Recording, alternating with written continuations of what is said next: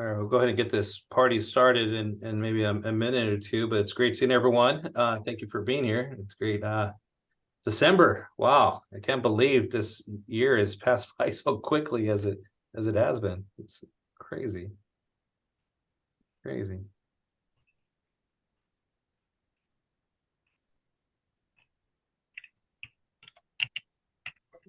And y'all can see my screen, right? Yes. Okay, great.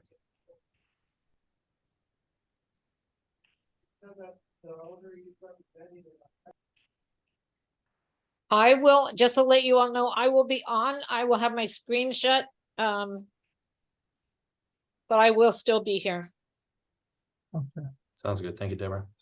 All right, why don't we go ahead and get this thing started over here. And let me just start off by welcoming everyone to the Realtors Commercial Alliance of Orange County. Happy December 2023. It's great to see everyone, and thank you again so much for being here. Let me go ahead and start off our meeting, and as we normally do. And I always start off with our mission.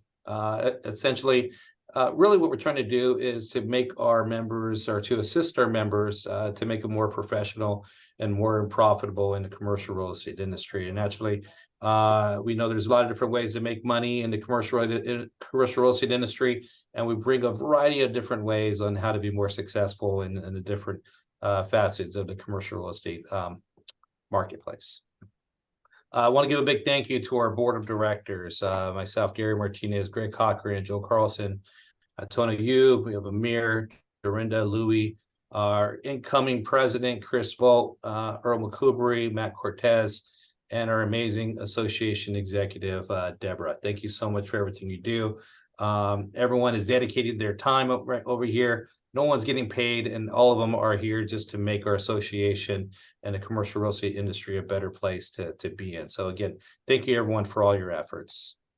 Also want to give a big thank you to our sponsors. There's no way we could do the things that we do at the cost that we do without our sponsors. So we have Amina Dini of Environmental Services, Ashwell Associates, Mainstay Redefined, Smoke Tree Commercial, along with Fidelity Bancorp Funding.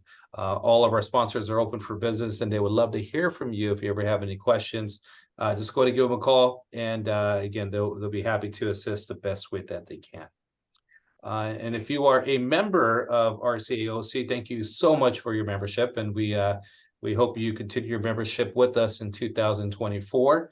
It's a very low cost, and with membership, you get the Tools for Success program, which is what we have every single month. We have a commercial real estate mingle. We understand that commercial real estate is a relationship business, and we give an opportunity for those to meet the others that are involved in the commercial real estate industry and to help grow each other's business. We have workshops, and this is the time where we roll up our sleeves, get an opportunity to learn an additional tool or additional aspect of the industry to, again, help us be more professional and more profitable. We got social events. We just had an amazing one that we partnered with REOC last week. We had about 115 people over there, and we had some amazing guests. And so if you attended, I'm sure you would say it was fantastic.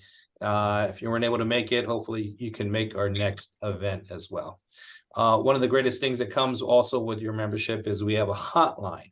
So if you ever are in a situation where you need a certain form, you want to talk about an approach, you just want a second opinion, go ahead and give us a call. It's part of your membership. There's no cost to it. We'll pair you up with someone that is very familiar with your situation, and we will get you the best suggestions and advice that we can. Now, we can't give any legal advice or tax advice, but we could give you some ideas on how to get your transaction through as best that we can. And so, so with that, I'm going to stop sharing my screen over here. And we have an update for Mr. Greg Cochran for NAR. If you're an NAR member, there's some things that are coming up for you that we just want to make you aware of. So Greg Cochran, if you would unmute yourself, and I'm going to go ahead and give you the floor. Greg. All right, thank you very much, and good to see everybody. Cycle number 7 of the NAR Code of Ethics is ending very shortly. And one of the things that happens is if you don't complete your NAR Code of Ethics course, you will be suspended from operations by the National Association of Realtors, which trickles down to the California Association of Realtors. So get the class completed. We're trying to complete everybody this year because that'll be within the cycle 7. Cycle of 7 ends in 2024. Most realtors do everything. Oh my goodness, I should have did it yesterday or had it done. We're trying to be proactive and make sure you get this stuff in advance and ahead of time.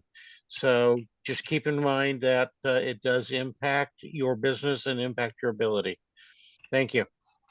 Thank you, Greg. That's a really good information and important information for us to know. All right, so now I'm going to hand it back or hand it over to Mr. Earl McCoubrey to give us an update on our capital markets and the industry.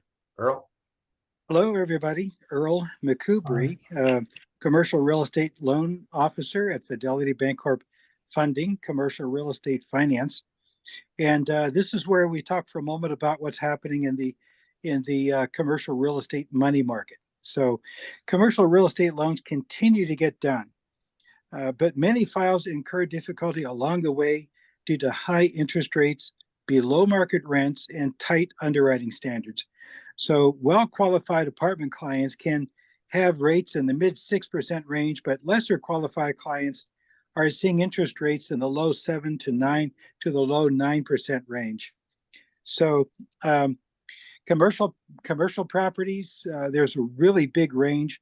It's actually possible to find rates as low as the high 4s and in the 5s for extremely well qualified borrowers. But without being that well qualified, why rates are higher, 6.5 to 8% range, sometimes higher than that, depending upon what type of property is and what the credit quality is. So banks differ greatly as to their underwriting standards and their appetite for loans. So there's banks and non-bank lenders, the way they underwrite differs greatly. So we have to pick carefully which one to use for a particular situation.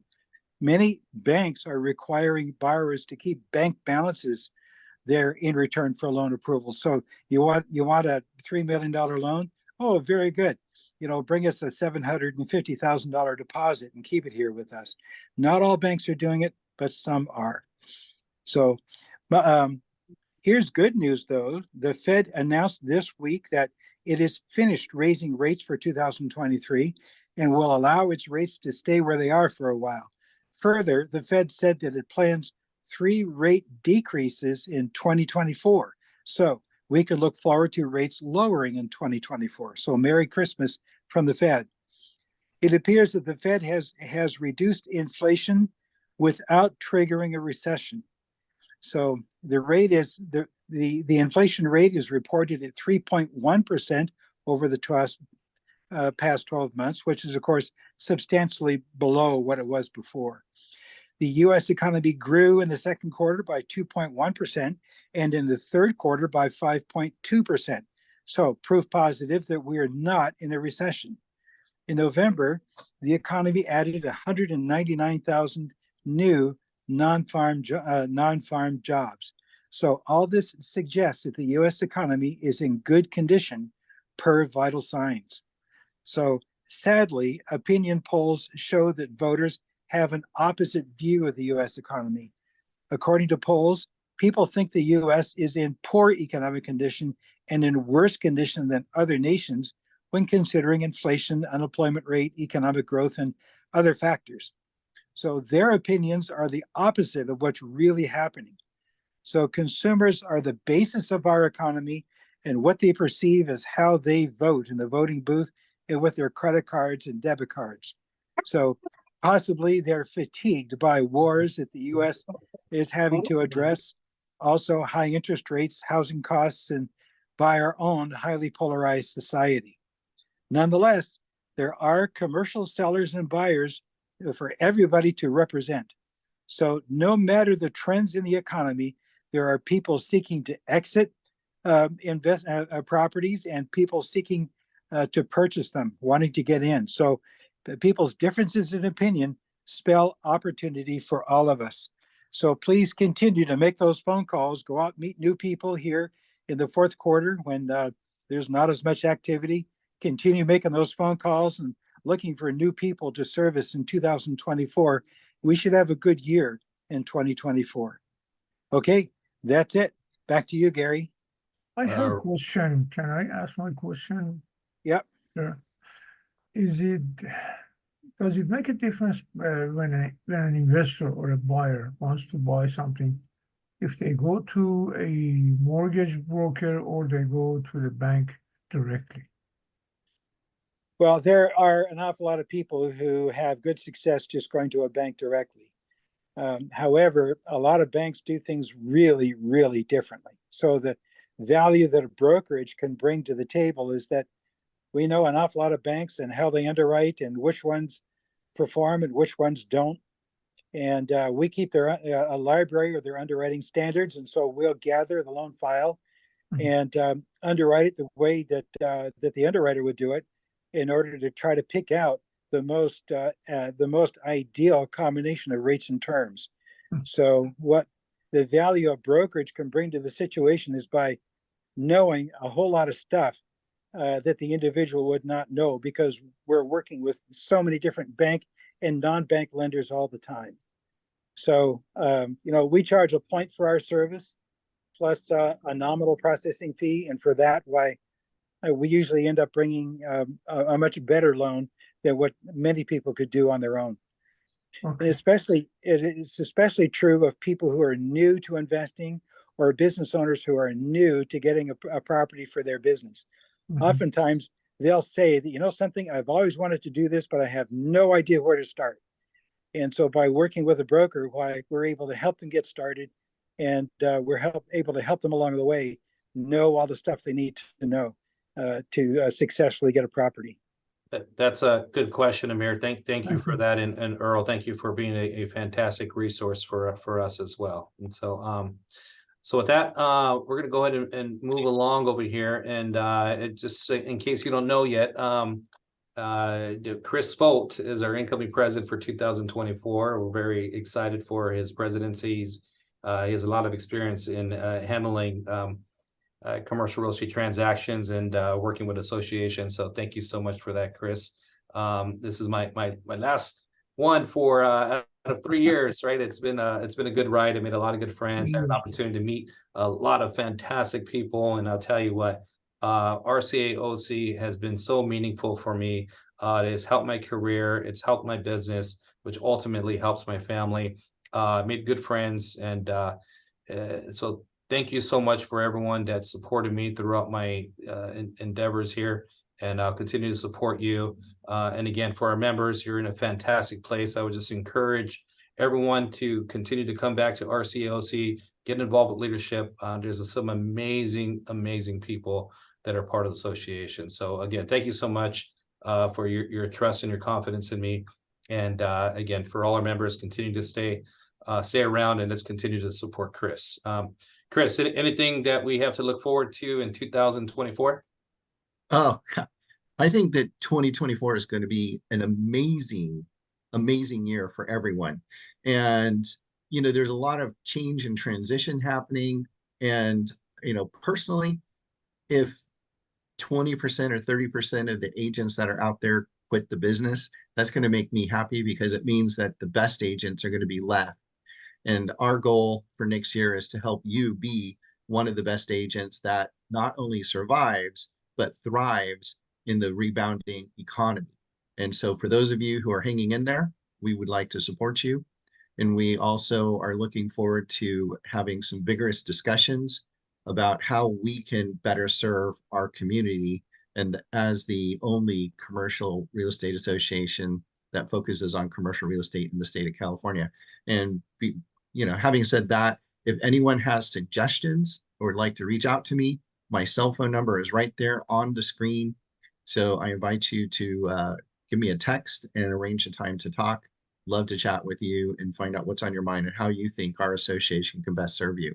And finally, I just want to say thank you to Gary, because it's been great serving on the board with you as the president. And I've got some big shoes to fill. So fortunately, they're not clown shoes, so they're not size 49. But definitely some big shoes to fill, and I'm looking forward to working with everyone in the new year. Thank you, Chris. Wonderful. Well, we're excited for that. And so I'm going to pass it over to Amir to introduce our speaker for today. Amir. Thank you, Gary. Okay. Our distinguished speaker today is Ms. Joan Williams, founder and CEO of United Tax Service, located in Orange County. She is a California certified and IRS registered tax preparer and has been providing tax and accounting service for 18 years. Specializing in small business, and today she is going to share with us some tips and some strategies on how to save when you're filing your income taxes, both on your business and your personal. I'm very grateful to Greg Cochran that introduced her to me, and I'm very grateful that she gave us the time and she's here to do the presentation. Joanne? Oh, yes. Hello, everyone. And thank you so much for allowing me to join you today and share with you some of my information about where we are at the end of the year. And this is always good to be thinking about your taxes now, before Christmas, before New Year's, because sometimes we can make adjustments and it makes a difference in your taxes for next year, but you got to do it before the end of the year. So this is good. That's our focus today. If I could, I'll just go ahead and do that if you'll allow it. There you go. I think we are okay. Can you see my screen? Yes. Got the flag there. Yes. Okay, excellent. Thank you. So how can I hide the yeah, let's do that. Okay, so I'm calling this savings tax dollars as an entrepreneur. Everyone here, I believe, are entrepreneurs. You're not just employees of a larger company. You're independent business people. I'm hoping, and just so you know, I do have. My dad was a broker from the time I was little, so real estate is in my blood for sure. So I feel very comfortable talking to real estate agents, commercial lending, and all of those kinds of things. So I always like to start with a little bit of fun. I think it's important to remember that the IRS is not out to get us. Of course, if you end up like this guy, it doesn't help that you didn't have to pay any taxes. So that's when you know you got to find a new accountant. This is my favorite. I love Snoopy. So this is I think we all wish we could do this and ask to just not have to do taxes, but we do. So my story, I got out of high school, had private school up until then, and didn't go into college, wanted to get out into the world and started a business. I had a job, but I had a side hustle. It wasn't called that then, but 19 years old, my first tax return, I did it myself. Dad took me down to get the forms at the post office. He said, figure it out. And I did, and turned in my tax return, and it was audited. So I know what it's like to be audited. It didn't go well. I learned a lesson, but I didn't do anything wrong. I just didn't know how to support it, how to defend my numbers. And so I've been an entrepreneur all my life. From 12 years old, I've done things. So it came to a point by 2002 that I was tired of the job, the corporate thing, and started. Everyone would say, oh, you know so much about taxes. Will you take a look at my taxes? So that's kind of how I got started. But being an entrepreneur and having an entrepreneur's heart, that's why I like talking to entrepreneurs. I really do specialize in that. And if you stay to the end, I've got a couple of free things I want to share with everyone. So most important, I think, to understand right at the beginning is your taxes are costing you more than your 4 major categories in life combined. And I know it's kind of scary to think of it that way, but if you think about it, even with a W-2 job, it's painless. You don't feel it, but you're paying that out. And there's a company that calculates this kind of thing, and you can see your housing and everything else. But they also calculate your tax freedom day. And for 2020, it was April 16. For 2021, it was April 19. For 2022, guess what? It was May 1st. So it's getting worse. So it's important to save as much as you can in taxes. So this is why we're talking today. So the really believe this, the greatest tax reduction is to be an entrepreneur, because businesses get write-offs that W-2 people don't. You probably are all aware of that. And that's because Congress likes small business. Our country was founded by business owners, Paul Revere, George Washington, all of them. And so 80% of all the businesses in the US are considered small businesses. They're under $1 million in revenue every year. And we generate 2 out of every 3 new jobs. So it's important to know that that small businesses are really the backbone of our economy. And so when our small businesses are healthy, then the rest of the economy is going to be doing well. So we all know that there's different ways to have a business, and I'm not going to go into each one, but I would be curious to know, maybe you could put in the chat, if you're an LLC, or if you're a part of a partnership or an S Corp or C Corp, it would be interesting to see what your relationship is, and how you do your taxes. A lot of people are in charge of trusts and estates as well. So those are all different. Everything is taxed different. Everything's a different form, a different way of reporting. But it's important to remember that as long as you can show an effort to have profit, you can still show a loss. A lot of people, I didn't file because I was losing money, so I didn't think I needed to file. No, it's a good idea to file anyway, because you can show that loss and carry that to the next year when maybe you're more profitable. Now you can deduct that loss from your profits, because in real life, if you're spending money to start a business, you're going to be in the red for a while. Well, when you get into the black, now you've got to replenish the savings or whatever that you used to get that started. So it's important to file it. I think you should or not.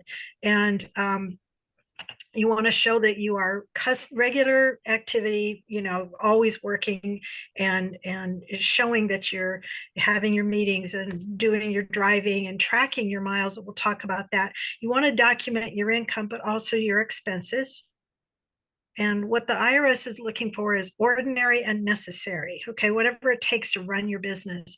And you want to report them in the form of a profit and loss. If all of my clients just gave me one piece of paper that said, here's my P&L for the year. A lot of times that doesn't happen that way. And we'll talk about what we do for that. So this is I'm going to show you some ways that you can reduce your taxes. If you're not aware of some of these, then I'm hoping this will help you. So you can write off your office space and your equipment and your auto up to $51,000. So if you're spending, say you're driving 20 and 30 and 40,000 miles a year, 65 cents a mile. Oh, that's a lot. And so I hope that you're writing off your miles.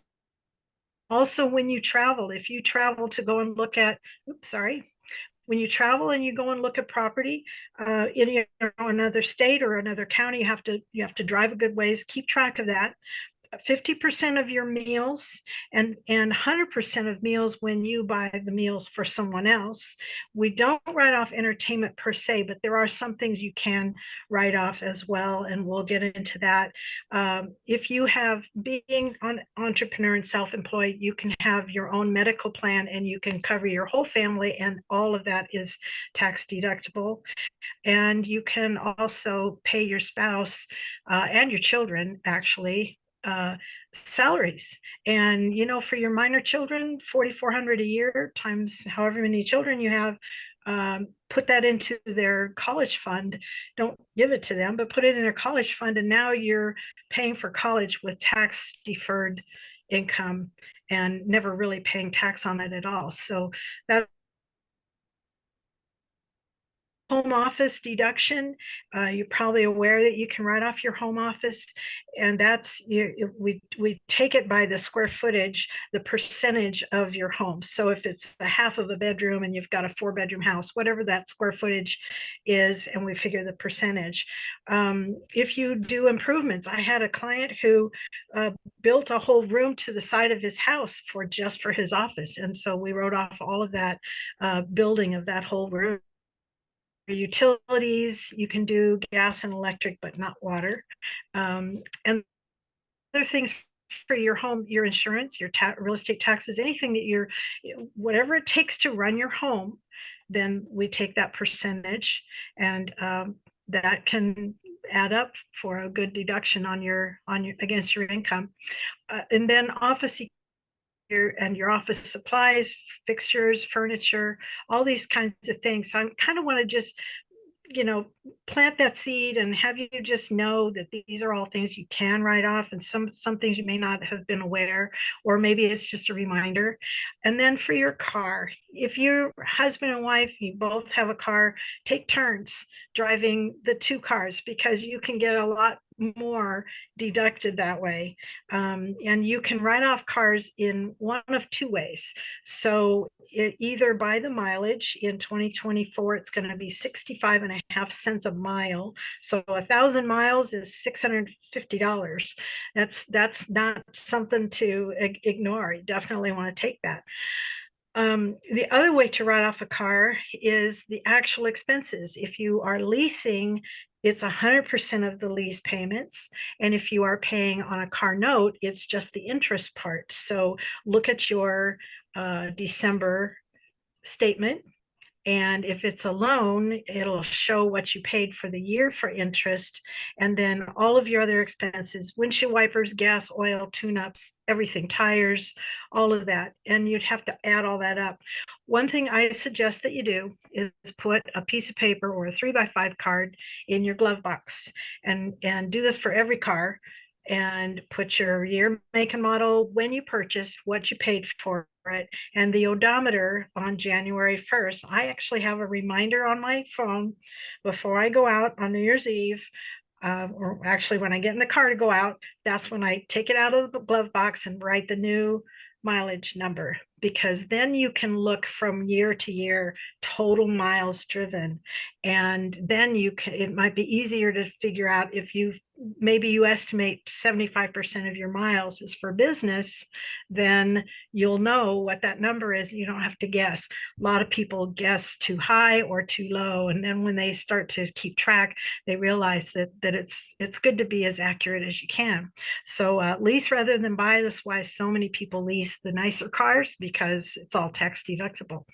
And then your repairs and consumables. So it's miles or actual, just remember that. And then travel, you can go to weekend meetings, and you can go out of town, even discuss your business when you're right off that trip, or at least a portion of it. You can have dry cleaning done. You can write off any dry cleaning you do 7 days before or 7 days after. And there's people been known to take in their things that maybe they didn't take on the trip, but it all went in the dry cleaning.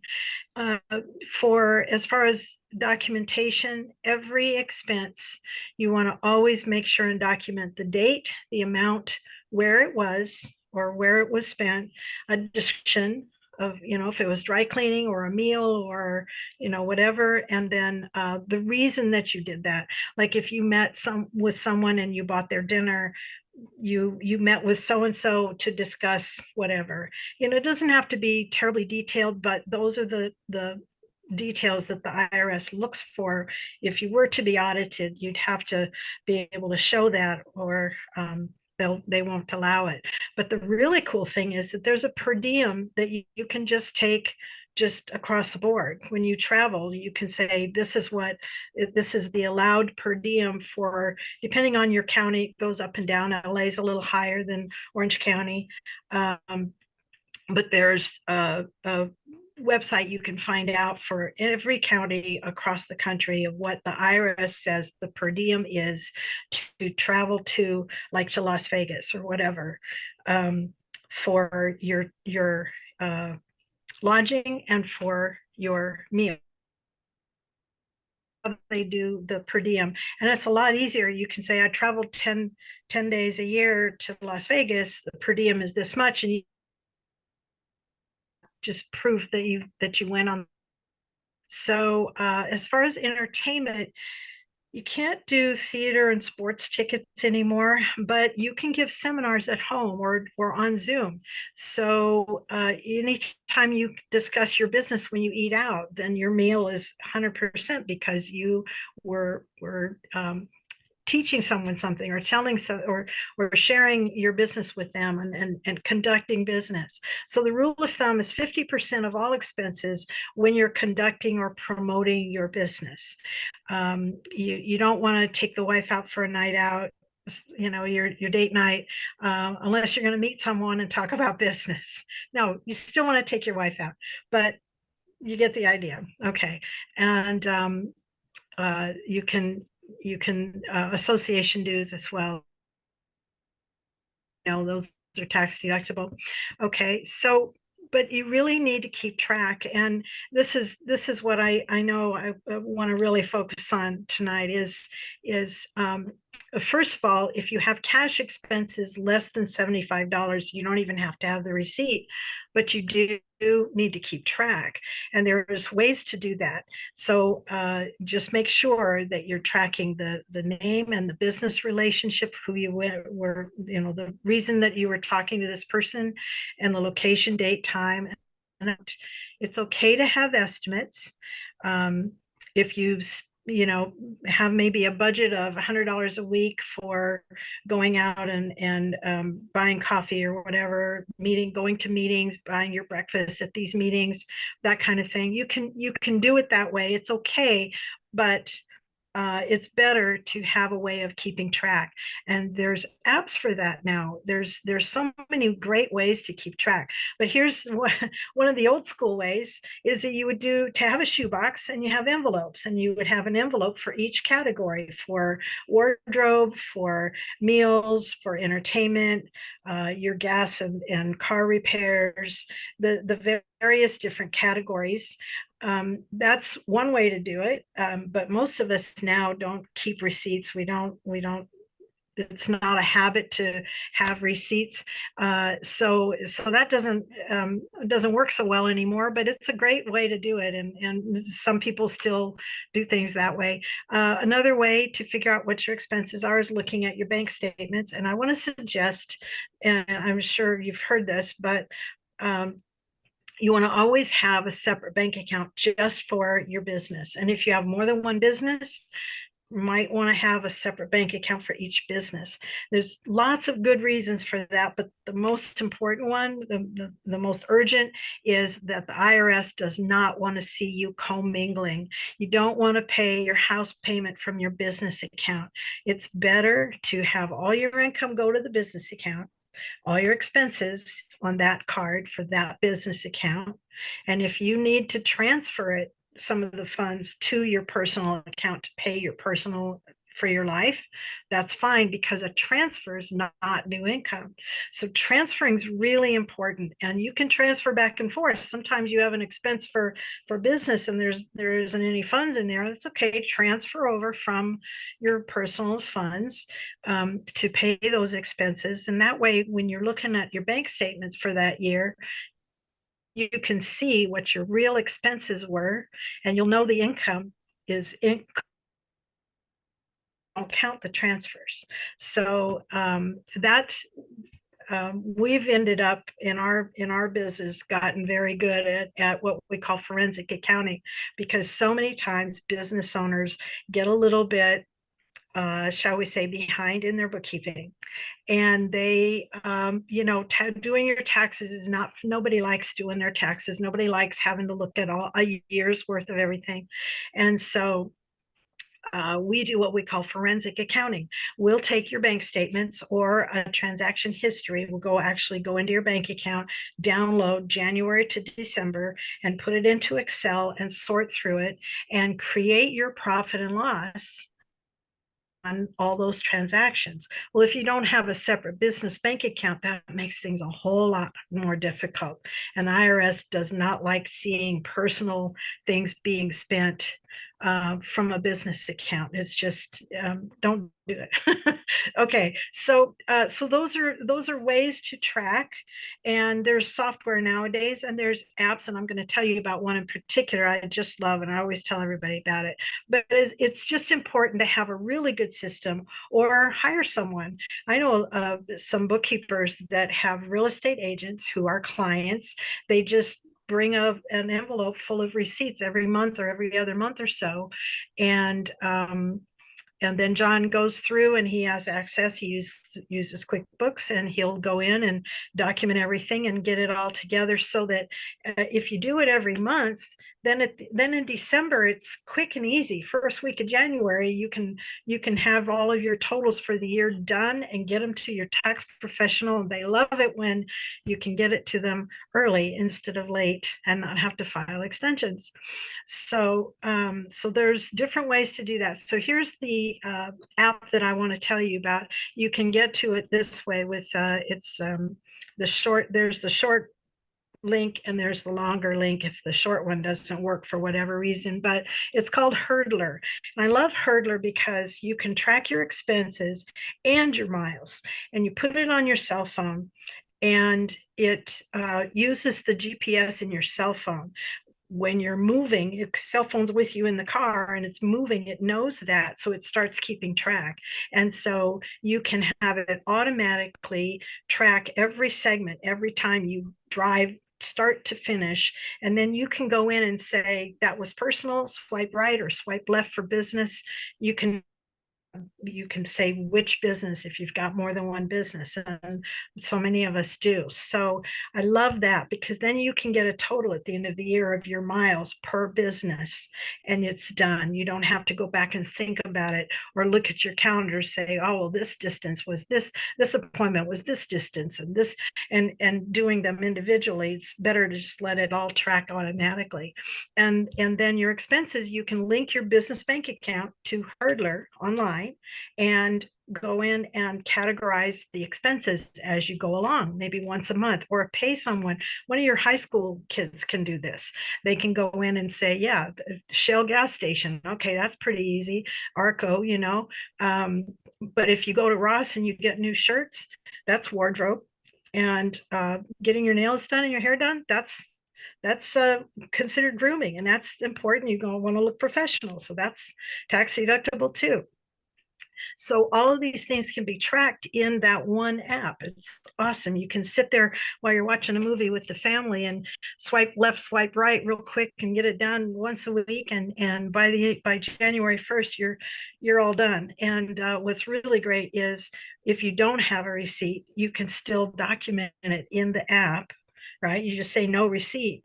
And that way, those cash expenses up to $75 with no receipt, you're tracking it timely. And that's what the IRS is looking for. So you can put that in there anytime. You spend $5 on something, just document it when you get back in the car and you're done. Don't have to worry about it.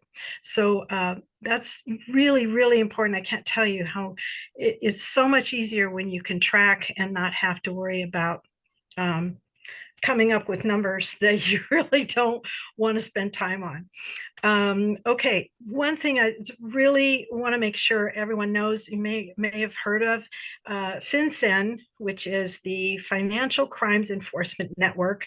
It's Division of they have decided that, or they passed this law, it's Corporate Transparency Act. It's effective January 1st. Every LLC has to report once a year. And you can do it online, and they just want to know all of the owners and their percentage of ownership, and the contact information. It's a way of, I saw an article. They just, you could call it Big Brother if you want. It's just they're looking for people who are not filing their taxes. That's really what they're looking for. If you don't file this form every year, there will be fines. So they know about LLC. So sorry. If they know about LLCs, so if you don't file, they're going to come after and charge you those fines. And it's similar to the statement of information that you file with the state of California. And this is something that we provide. We call it compliance. We help with compliance for those our clients. Other ways to save on taxes is inventory, there's labor and payroll, interest on business debt. If you have credit cards, you're paying interest on those credit cards. That's tax deductible. Of course, retirement contributions. Everyone should be contributing to their retirement plans, 401s or IRAs or whatever you have. Depreciation is huge, and cost segregation you've probably heard of. If any of you are property owners yourselves, then that's something you might want to look at, because that's a way of speeding up the write-offs for these properties. And then forming corporations and partnerships, sometimes that helps with saving on your taxes. Something that started in 2018 is the QBI deduction, qualified business income. You take 20% off of your self-employed income before you calculate the self-employment tax. That was a way of leveling the playing field for self-employed, where already had that, so that they were giving these new deductions to the self-employed. Very helpful. 20% is a good discount. Other ways to save is charitable contributions, retirement plans. Everyone should be putting into their retirement plan. You can put up to $6,500 per year per person for a husband and wife, and it's $7,000 if you're over 55 years old. A health savings account is where you set it aside. It has to be set up properly, but you can set that money aside and it comes off of your income. And then you use that to pay for your all of your medical premiums. So that's a great transfer income. You're going to pay those expenses anyway, but you can't always write them off. So this way you can, if you put it through the HSA. Child credit now is $2,000 a year per child. You can fund their college if you do it right by paying them a salary, and there's ways to discount capital gains as well. Other ways to save, we did that. There is a nice little thing that a lot of people don't know about for LLCs and corporations. You can rent your kitchen table or your dining room or your living room to your corporation for up to $14,000 a year. And that renting that space so that you can have meetings and do business. And if you sit at your table with your laptop, as long as you do minutes of your meetings for your LLC, which you should be doing anyway. When you have a corporation or LLC or partnership, any of those, you should have regular meetings of your board of directors, even if it's just you. So one,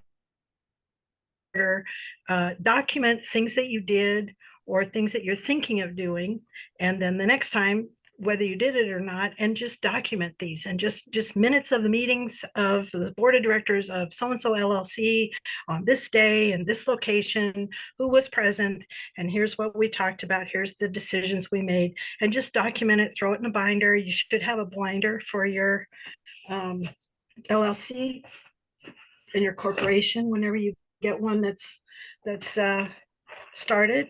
And you should have all your documents in there. You should have your articles and all those kinds of things. It surprises me how many people have LLCs and they don't understand it and how to run it and keep it in compliance. It's so huge. And goes to startup costs. When you start a new company, you can spend up to $5,000 without really even providing any kind of proof. And that's $5,000 for the setup, for operations, the physical part, the fixture utilities, and $5,000 in formation, the creating it, talking for getting legal advice, those kinds of things. So some people start businesses just for that tax write-off for the startup. I don't suggest doing that. Don't do it on purpose. But it's a great, another additional great write-off that you can do. How am I on time? Am I okay? Shall I keep going? I've got a little bit more. You're fine. You're fine. Okay, great. So other ways to save, let's see, we did that. Okay, so retirement, there's a lot of different kinds of ways to save for retirement. I just want to point out that you can make your contribution for 2023 up until April 15. And if you do your extension April 15, there's no extension for that retirement account deposit. You got to make your contribution by April 15, whether you extend for filing your taxes or not. And by the way, when you file your extension, the extension is only for filing, not paying. So you should do an estimate at least and pay what you can, or what you estimate might be your tax bill. You want to pay that by April 15. You can do your extension and file later. But if you're going to do that, if you're going to extend, estimate, then you might as well just get the tax return done. But don't wait till April 10th or April 14th to find a tax person. Okay, we can't take that. We can't do that. It takes time to do a tax return for anybody, but LLCs are a little bit more complicated, right? Also, for retirement, you want to contribute for your spouse. I should have said spouse, not wife, but for your spouse, just salary employment with the LLC. By the way, LLCs have been required. It used to be if you had income under 100,000, it wasn't even worth it to have an LLC. It really didn't do you any good, and it was more of an expense than anything. And once you reach the point of 250,000 a year in revenue, they were requiring that you should pay yourself a salary. Well, they changed that a couple of years ago, and a lot of people aren't aware of that. If you still hold an LLC, you're supposed to be paying yourself a reasonable salary every month. And there are companies, payroll companies, that will finagle and do a December. They'll do the W-2 for you if you can show that you've caught up for that year. Maybe you didn't do it every month, but you want to get that in there so that you're fully compliant. I know that the IRS, you probably have heard, they have hired 30,000 new agents for auditing. And guess who they're going to go after? They're going to go after the small business, because they make up 80% of the businesses in this country. They're going to go after the smaller guys because they figure that they won't have the money to pay someone to help defend their tax returns. So it's important to know as much as you can, but also to have a professional that is staying up on everything and make sure that you're compliant. And so that's one of the biggest things is the salary for LLCs. So if you are a holder of LLC, any kind of LLC, S Corp or not, and S Corp is it's a tax designation. It's just how we do the income tax return. And I won't go into that, but any kind of LLC, you have to pay yourself a salary. So this is why we're talking now before the end of the year, so you can jump on that and take a look at your income and pay yourself some salary. You've probably taken money out from the business account to pay your personal, your life. So add that up and see if it comes up to a reasonable percentage of the revenue. And then talk to a professional that can help you to determine if it's what it needs to be. So we talked about retirements, talked about salaries. I think I went backwards. Other ways, there's always lots of on YouTube and the web. There's Hurdler again. We've all heard of Rich Dad, Poor Dad. There's Dave Ramsey. I recommend Dave Ramsey for budgeting. He's got a great method of showing how, even though your income goes up and down, how to just kind of draw a line and say, this is where I'm going to live, and the rest would put in savings or invest. And I like the way he does that, and works with the debt snowball and ways to get out of bad situations. These two books really have helped me to know the best ways to avoid audits for my clients. For 18 years, I've only had one client audited, and it was just silly what they were doing. But so it's helpful. Of course, no one wants to be audited. I can tell you it's not fun. But I mean, I talk to the IRS all the time, so it doesn't bother me at all. And we can certainly do that. But the best way to increase your cash flow, you probably have realized this, is to reduce expenses. Taxes expense, but they are also the easiest to reduce if you know what you're doing.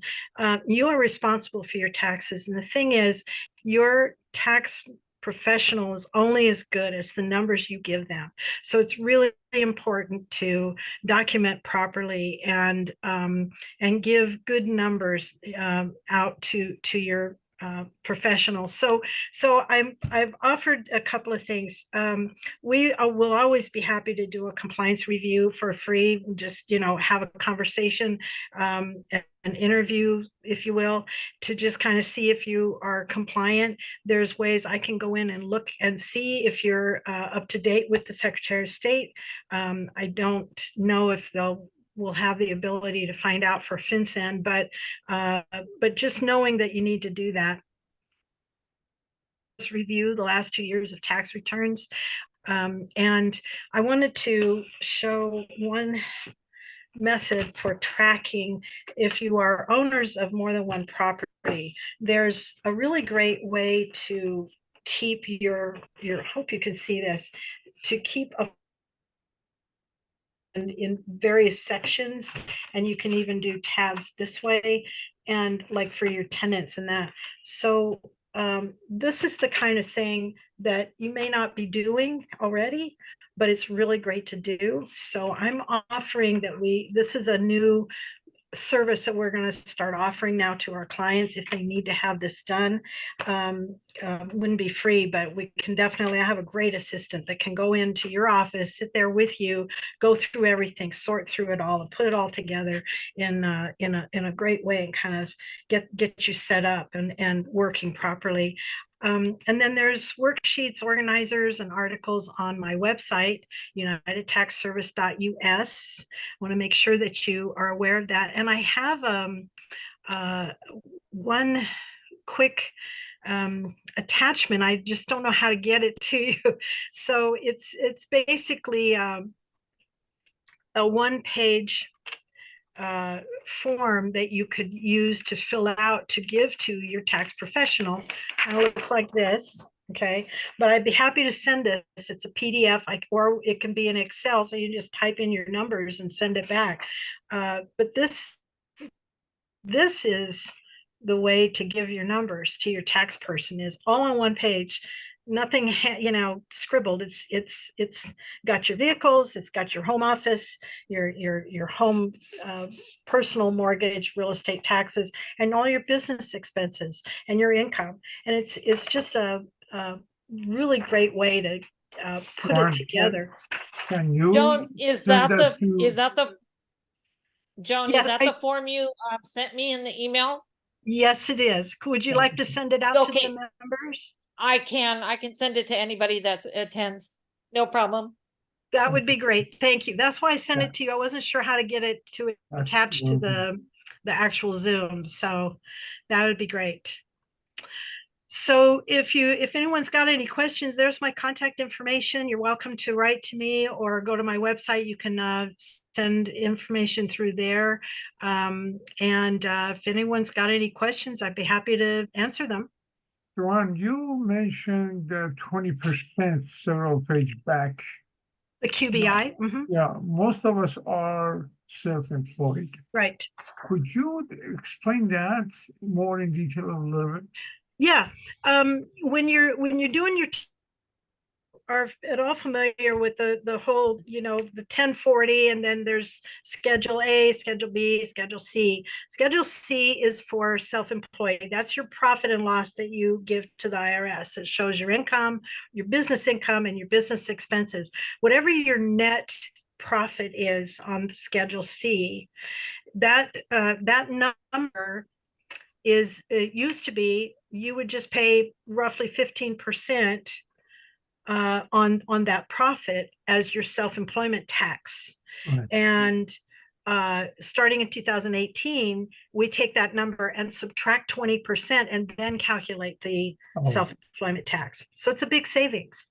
Yes, it is. Anybody else? Any other questions? That was a good question. Thank you. No, thank We had two questions. I have a question. Chip had Yes. a question about if you could expand on the deductions for clothing, and Chris wanted the same information regarding meal deductions. Okay, so let's say you have a brand, you've branded yourself, and so you have shirts made that has your brand on your shirt. That would be tax deductible. The IRS doesn't like the IRS doesn't like when you just buy stuff at Ross and say, street clothing. But and it used to be, everybody wore suit and tie. So that's required. If it's required for normal transaction of business, let's say you need a hard hat or special all those kinds of wardrobe, that just goes under wardrobe. And grooming. I've been writing off my hair and my nails for years because I want to look professional. So they've never questioned it. So I know that. So guys, your haircuts and manicures or whatever, if it's for your appearance to be professional, then yes, you can write them off. And what was the other question? Did I get them? One was on clothing and one was on meals. Oh, meals. So- Yes. Okay. Sorry, I didn't write it down.